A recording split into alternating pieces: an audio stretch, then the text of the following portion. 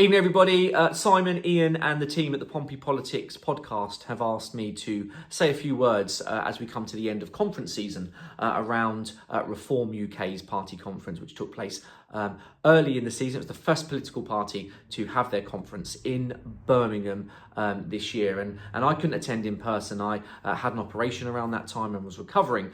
But what I did manage to do was watch it online in its entirety, and I was really impressed with the party's ability to get out to the membership and be open and transparent and say, look, this is our conference, and they've done that across the board. When it comes to policy ideas and launches, when it comes to the election onto the party board, they're getting out to the membership and saying, if you can't be here in person, let us give you the opportunity to participate. I'm really impressed with that. So any conference is about socialising, of course, but it's also about major policy ideas. You should learn something, in my view, at the end of a conference. And we certainly got that from Reform this year, with Nigel talking about, doubling down, of course, on tougher immigration controls, but launching things like the idea to scrap indefinite leave to remain and replace it with a 5-year renewable work visa, as we see in many countries.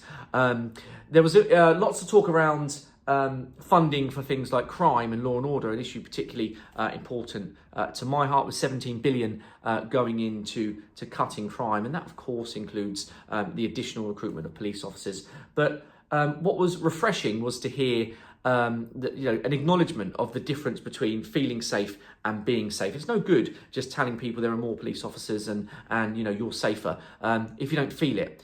So a real acknowledgement to work with communities to find out how we can make them feel safer as well as be safer, and that was really important. But the key thing for me was around putting the right people in the right jobs, and lots of talk of people with experience coming in to government.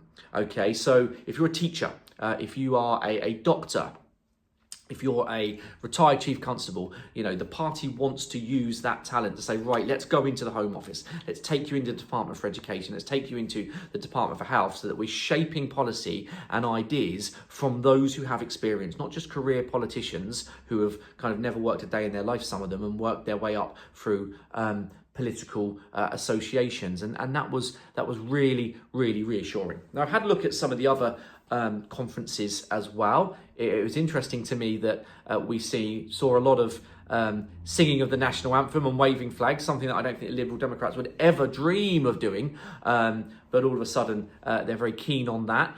Labour did the same. The pictures and images that I've seen from the Conservative Party conferences, that it looked quite quiet. From attending those in previous years, there has been a decline, I think, in interest in conference, and the energy was sapped out in previous years. I'm not sure if that was the same this year. I wasn't there, but you only see images from various sources, don't you? So it's difficult for me to know for sure. But for the Reform conference, the key word for me was absolute energy and buzz.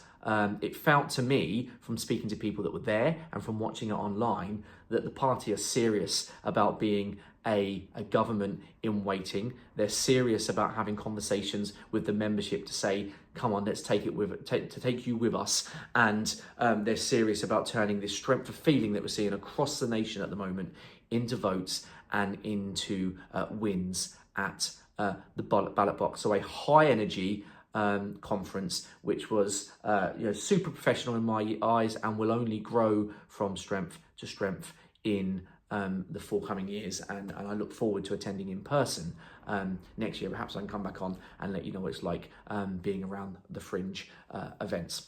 Hope that's helpful, and enjoy the rest of the show. Don't forget to like, follow and comment on Facebook, or comment and subscribe on YouTube. Find us on all the social media platforms: Facebook, X, YouTube, Threads, LinkedIn.